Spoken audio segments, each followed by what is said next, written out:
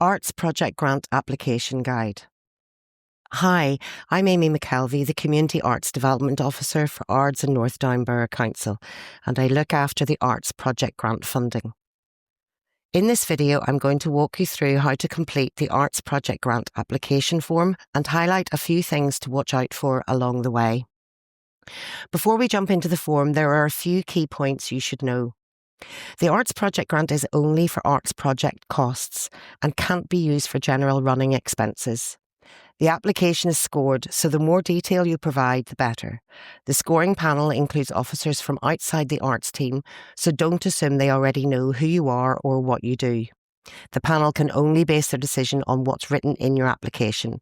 Council officers cannot add any extra context for you. We cannot accept late, incomplete or altered applications, and make sure all of your supporting documents are included. Finally, there have been a few small changes from last year's scheme, so please take a moment to read the guidance notes. There are 5 sections in total, and everyone needs to complete all 5. Section 1, about your group. The first section is all about your group or organisation. It's not scored, but it's still important to give us a clear picture of who you are. Please explain in this section the aims and objectives of your group, the members and the current activities of your group. This answer is limited to 400 words, so keep it clear and relevant. It helps to set the scene for the rest of your application. Section 2, project description. This is the big section, the part that really shapes your application. Here you'll tell us all about the project you're seeking funding for. Starting with the basics, the project title, when it will take place, how many participants you expect. Question 2.1 is the full project description. This is where you tell the story of your project. Include what you're aiming to achieve, what activities will happen and when, and what outcomes you expect. This section has a 1,000 word limit and carries a double weighting, so a score of 10 becomes 20 points. It's worth spending time on. Question 2.2, artists or facilitators. Next, we want to hear about the artists or facilitators you'll be working with. Please include CVs or detailed information about their experience and qualifications. If they're not confirmed yet, that's okay. Include CVs from potential artists so we can understand the standard you're working towards. You have up to 500 words, and this question is scored out of 10. Question 2.3, project management. Here, explain how the project will be managed and who will be responsible for delivering it. Tell us who is managing the project, how the project will run day to day, and how you will promote or publicise it. Again, you have up to 500 words and a maximum score of 10. Question 2.4, demand and need.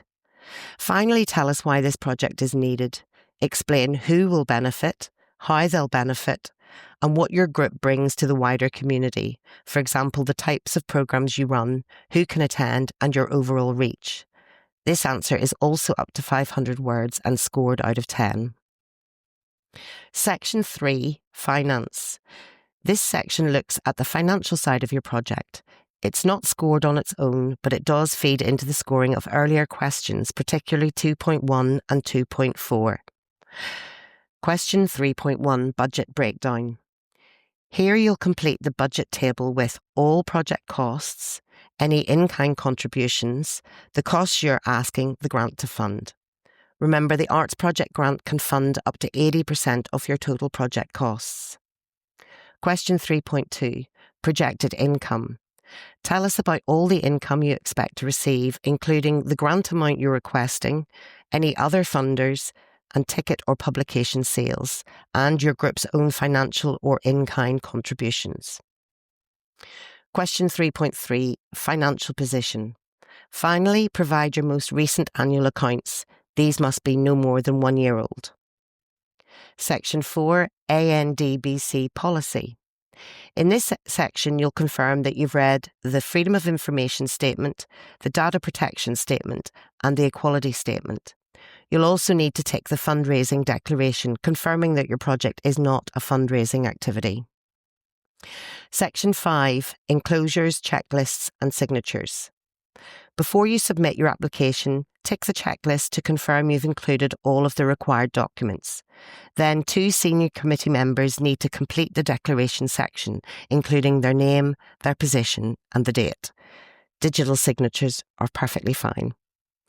Once everything is complete, save your form as a PDF so it can't be altered.